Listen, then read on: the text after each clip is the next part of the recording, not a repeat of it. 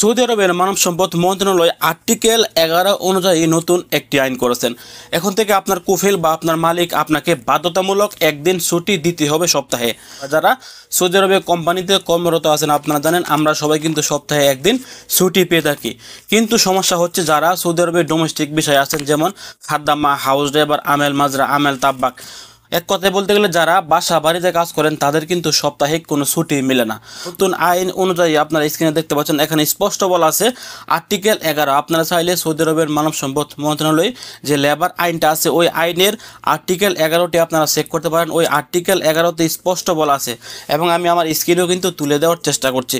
Article 11তে স্পষ্ট বলা আছে যে কোনো ডোমেস্টিক কর্মী যারা বাসা বাড়িতে কাজ করেন বা যারা হাউস ড্রাইভার হিসেবে কাজ করেন, যারা রান্না বান্নার কাজ করেন, তাদেরকে সপ্তাহে একদিন মাস্ট ছুটি দিতে হবে। এটা সৌদি আরবের লেবার আইনে আর্টিকেল 11তে স্পষ্টভাবে এখানে উল্লেখ করা আছে, আপনারা হয়তো স্ক্রিনে দেখতে পাচ্ছেন। যারা বাসা বাড়িতে কাজ করেন আপনারা যদি সপ্তাহে একদিন ছুটি না পান, আপনারা আমার স্ক্রিনে যে নিউজটি দেখতে পাচ্ছেন এই নিউজটি আপনারা স্ক্রিনশট দিয়ে তাদেরকে দেখাতে পারেন। সৌদি সরকার কিন্তু আমাদের ভালোর জন্য অনেক আইন করে, কিন্তু আমাদের কুফিল বা আমাদের কোম্পানিরা কিন্তু এগুলা মানে না। যেমন এখন যে আইনটি করা হয়েছে ডোমেস্টিক ওয়ার্কারদেরকে সপ্তাহে একদিন ছুটি দিতে হবে। আমার মনে হয় না যে কোনো ডোমেস্টিক কুফিল তাদের কর্মীদেরকে সপ্তাহে একদিন ছুটি দিবে।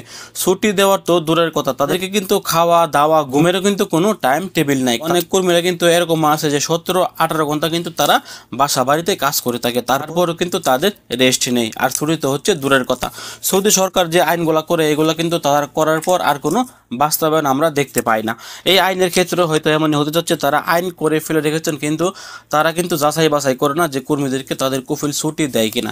যেমন এই আইনটি করার ফলে যদি তারা যাচাই বাছাই করতেন তাহলে কিন্তু অনেক কুফিল তাদের কর্মীদেরকে সপ্তাহে একদিন ছুটি দিতেন।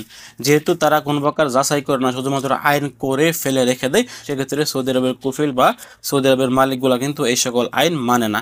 এটার ক্ষেত্রে হয়তো এমনটাই হবে, কোনো কুফিল হয়তো এই আইনটিও মানবে না। কিন্তু সৌদি মানব সম্পদ মন্ত্রণালয় এই আইনটি করেছে বিদায় আমি আপনাদেরকে জানিয়ে দেওয়ার চেষ্টা করছি।